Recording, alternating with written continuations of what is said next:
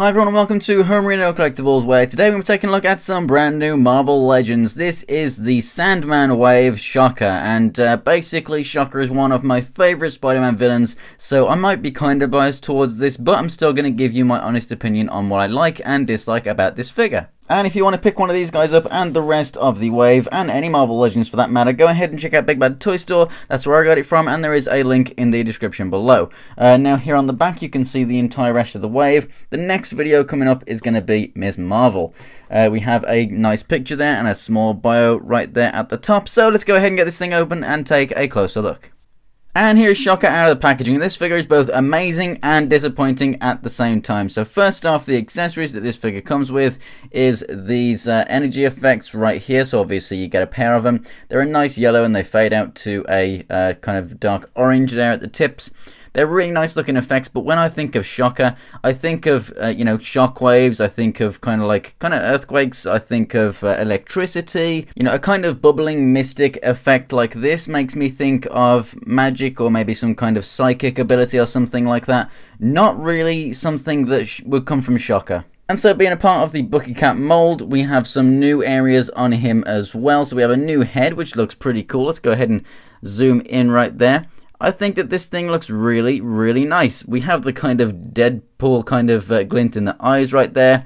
But then on the top of the head, we have a little piece sculpted in that kind of triangle right there. So it is actually different to the Deadpool head. It's not exactly the same, although it does use some of the same tooling. And then we have some new forearm pieces on this figure. So we have some really, really nice kind of braces right there. They're looking very, very nice indeed. Nice sculpted in detail, very nice and metallic.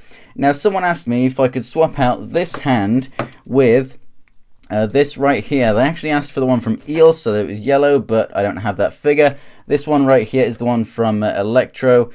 That actually may fit, so I'm guessing that the one from Eel would as well. Just about. It's a little bit too big. It won't quite go in, but if you forced it, it would, and then you'd have that kind of effect going on, but in yellow if you used it with Eel. So that might be an option for you, but I wouldn't really recommend it. It's not really meant for that socket. I think it was just a tiny little bit longer, but if you put it in, it will go. I just wouldn't exactly recommend it. Now, coming down here, we have some new knee pad pieces, which I do not like. This is the reason why.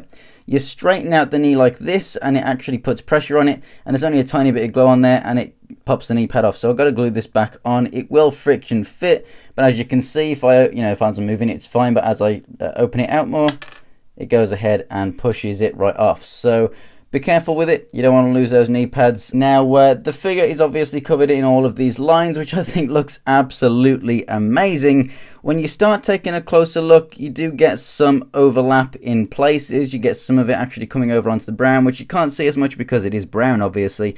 But it is visible. It is there. You can see the lines coming across a little bit.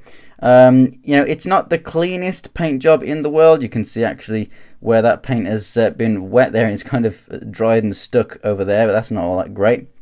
Now, some of this yellow on the brown, as you can see, is not actually all that great. It is quite hard to cover yellow over other colours, but still, that could have done with a bit more paint. But for the most part, it is actually really nice. If you just look at it as a whole, it is actually a really, really nicely done paint job. You can't expect something like this to be put on a figure like this and not expect some bits to be imperfect. So I think they have actually done quite a good job, especially in terms of Marvel Legends standards. It's actually quite a nice paint job. So as part of the Bucky Cap mold, you should know the articulation by now. Head goes up and down, left and right. Shoulders come out to the side and go all the way around. Rotation at the upper part of the arm, double jointed elbows, rotation and a hinge there at the wrist. The crunch goes back this far and forward this far. Rotation at the waist. Hips come out to the side and go forward and back. The rotation of the part of the thigh, double jointed knees, being careful of that pad there which just went flying. Rotation at the calf, feet that go up and down, and we have the ankle pivot. Just one thing I want to mention as well, this foot over here is not actually lined up with the hinge. As you can see, that is perfectly in line with the hinge. This one right here, the hinge is facing me, the foot is off to one side there, which is just kind of strange a little bit. Perfectly fine to stand and everything, but you know, an ankle pivot does work. It's just kind of weird that it's set in that strange angle.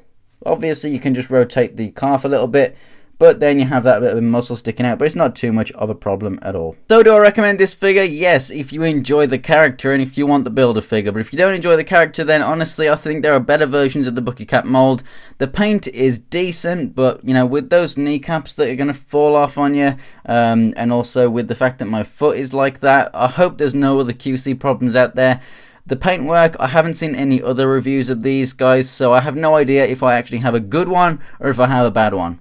So that's it for this video, guys. Thanks for watching. If you enjoyed the video, go ahead and give it a like, and if you want to see more pictures of anything else from my collection, check out my Instagram and Twitter. It's Homerino123 and the links are in the description below. And for more Marvel Legends reviews, go ahead and subscribe. So thanks for watching, guys, and I will see you next time.